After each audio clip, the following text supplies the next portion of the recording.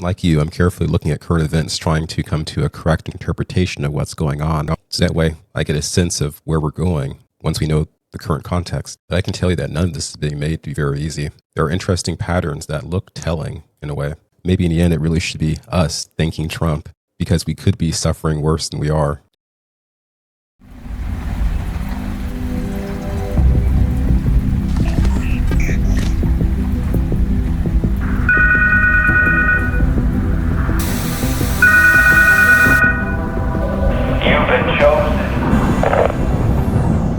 At this point, I see three hills of possibility to describe the current situation. You have this hill of natural order game theory. On this hill, all meaningful coincidences are simply chance occurrences that speak to nothing special about the reality. There is the reality explained by this central post called the CIC 4547 Patriots Controlling Things reality.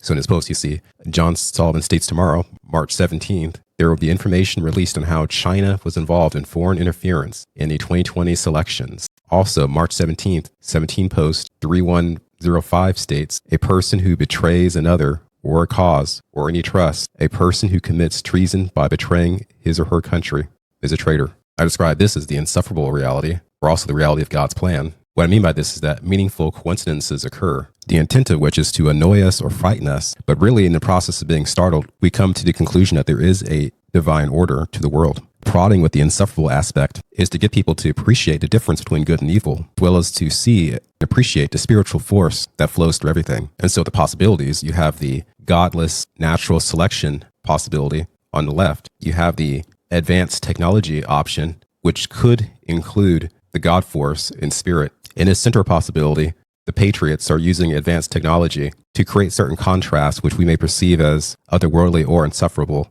and that's to help with the awakening process. Then there's far right possibility, only God is in control, and in this case, there's a specific order where there are certain people who are given divine auspiciousness. This is also the reality where some of the insufferables claim they are operating according to God's will, which ultimately means the destruction of the world in the end times, and possibly pre-tribulation rapture believers. Now, in determining the reality that is most likely, for the center patriots controlling things in this awkward way to get around the YouTube algo, is there any room for an apocalypse, 1,000-year reign, etc., with somehow white hats also controlling things? These are concepts I have difficulty with reconciling. And again, if the reality is truly random, such as this telling of things, all of our interpretations of the coincidences could just be trying to see faces and bone, and then claiming that that proves that there's a higher power at work. It takes humility to consider that this might be the case of all of the coincidences in reality, which would include all miracles, a mind desperate to see the divine in the randomness. Now, I can tell you that an anonymous source has invested hours of time into me to show that this center version telling with the patriots and white hats to a degree is the correct telling,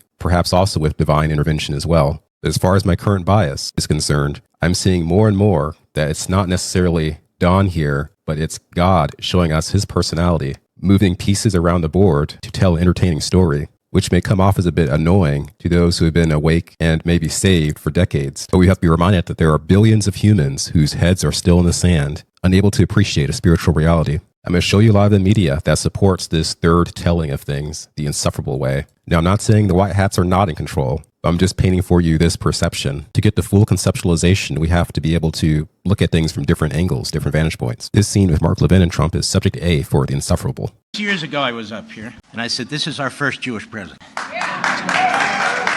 It's true. Now he's the first Jewish president to serve two not consecutive presidents. We thank you for everything. That's true. Bad things happened on the second one. Namely, the election was rigged. If you're paying attention, you notice that correction of Trump at the end there, speaking to the 45-47 idea, continuity of government, commander-in-chief. If it wasn't true, why would he need to add that correction? Although in a third telling view, you could just argue that Trump refuses to totally concede 2020 because he can't stand the idea of having lost to Biden. Recently, the public was gaslit with this little piece of American Pravda. This is one of those, because just take a look here. MAGA GOP view of Trump.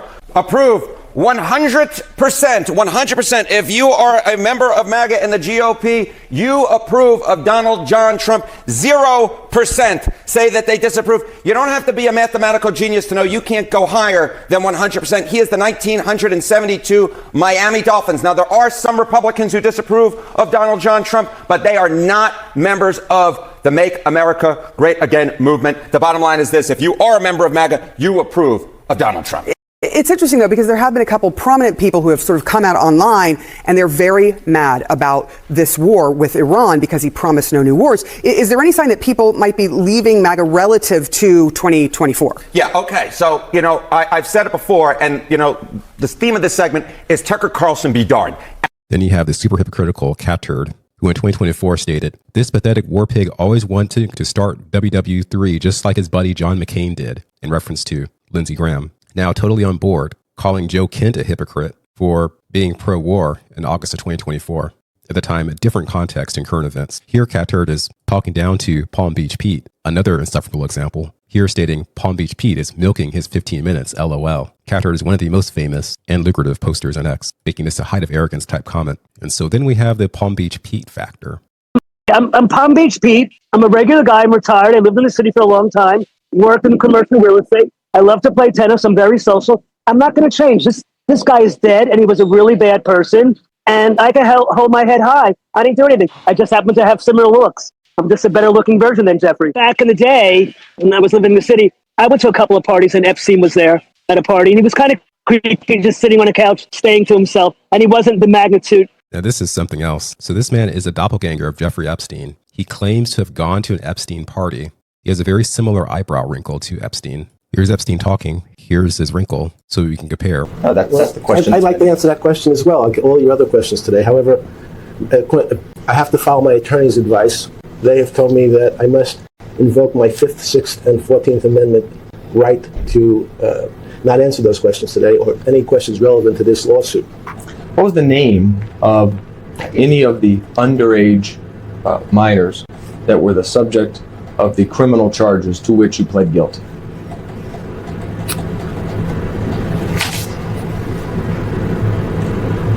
I don't know. So here's Trump saying that no expert knew that Iran would broadly retaliate against various countries after the joint U.S.-Israel bombing campaign, which half the class is also being insufferable. They're neighbors. They got along okay. Saudi Arabia. All of a sudden, Kuwait is getting hit. Bahrain is getting. All these countries are getting hit. There was no expert that would say that was going to happen. It's not a question of like, gee, should you have known? And if we did know, big deal. I mean, we have. And he says, if we did know, big deal. We have to do what we have to do. And we have this strange timing synchronicity when Trump says a lot of bombs. I don't know how they do it. It's very sleek and nice, but it carries a lot of weapons and there's a lot of bombs. But they both turn their heads at exactly that moment at the same time in sync. Again, this is a sign of the underlying hidden reality. And again, so for exploring this particular worldview of the divine force of God nudging the people, we look to the video manipulation examples. Here, MJ Truth asks if Ambassador Mike Huckabee in this March 17th wellness check of Bibi Netanyahu is AI, a shapeshifter, or totally normal for the head to reshape itself in this way. And so this, I believe, is also a sign. The third view argument is that this is normal muscle contortion, and Mike Huckabee just happens to have this dramatic ability to contract the muscles in the back of his head, stretching the skin over the forehead, and also pulling the ears back quite a ways. Likely 1 out of 1,000 people can do this, but Mike Huckabee just happens to be able to do this. And this is to be a grain of sand in our eye. We want to get out of the eye. We want to know what is going on here. It's the pesky, annoying grains of sand of reality that helps with the awakening process with this worldview. Likewise, the White House chose to use a 4-leaf clover imagery of crosshairs on the White House, not just to convey a 4-leaf clover, but to act as a grain of sand in the eye of Americans who are obviously afraid of anything bad happening to their leader, who wonder why the White House would think to use this type of imagery. I'm thinking this is all the same thing with this worldview. Crosshairs are obviously, in this case, symbolic of a rifle scope, meaning the White House is a target of sorts. Just like the question of why did the White House staff, the press secretary being an example, allow these optically horrendous pictures to be taken of them for a Republican opponent news organization. This humiliation might be on purpose. People are speculating that Bibi Netanyahu may have passed away in a bombing by Ilan of Israel. To cover it up so well would fit under the White Hat advanced control worldview, but I also look at it as an example of the insufferable, meaning that Bibi is indeed well and quite healthy for his age, but he engages in the exact optics that creates the greatest tension and annoyance, such as allowing a tribute to be posted to his Instagram, which I'll show you here. The tribute video is in this location. I opened it up and you see this guy, Prime Minister, what were you like in the 90s? And it's like a slideshow of great moments of Bibi in the 90s, as if to say farewell. It's all innocent. There's no intention to act as a speck of sand in the eye. And this is where the divine action comes in. There's a force that directs people to do these insufferable things, and it is to stir, to awaken. When BB did his proof of life video at a coffee shop, off in the middle of the mountains away from the city of Jerusalem, a long trek, as a part of the insufferable, the Sataf name was chosen because it resembles the word Satan. There are various associations between Satan and Netanyahu. So it's very important that the Sataf name be shown in this way. Likewise, it's very important that Bibi grabbed the cup in this way, bending it and almost spilling the coffee, save nearly supernatural appearing surface tension. This is a part of this grain of sand to awaken the people.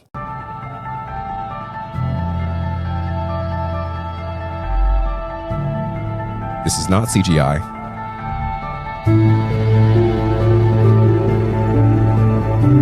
This is fuel. This is fire. It's starting a conversation. This odd 100-year-old artwork depicting Trump as a time traveler in high-tech airships. It's also a spiritual coincidence, a grain of sand. The artist just happened to be a Trumpist before Trump's time. The same with Ingersoll Lockwood and his greater 100-year-old book, Baron Trump's Marvelous Underground Journey in 1900 or The Last President. Not random, not white hat. Spiritual grains of sand meant to awaken the masses.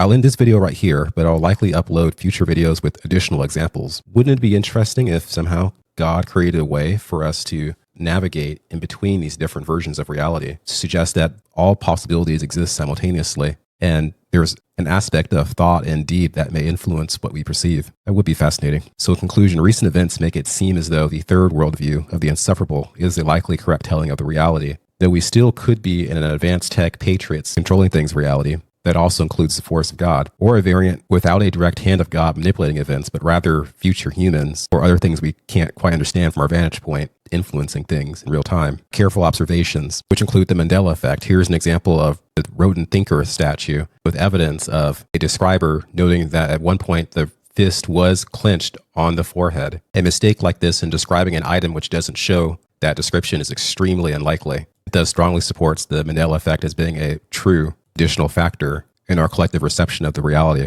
The fist not clenched and he's eating a knuckle sandwich. And I've shown you before that it's even possible to adjust the length of your digits of your fingers to respective lengths and ratios depending on a thought that you hold. A dreamlike phenomena the body's able to demonstrate for you in real time. This is a hard to conceive reality that I have proven in careful self-experimentation. The precision of the phenomena is indeed supernatural, or at least describes a degree of physiological control which has not been described in standard models. The existence of these phenomena thoroughly refute a godless, organic, natural selection, evolutionary type of reality. Although, if advanced tech in the hands of evil has caused the Mandela effect, then this first category is still a potential option. If this video makes sense to you and you have a comment, please leave it below. I will look at those comments and reply. And as stated before, I will upload follow-up videos on this topic, just providing additional examples. Thanks for watching.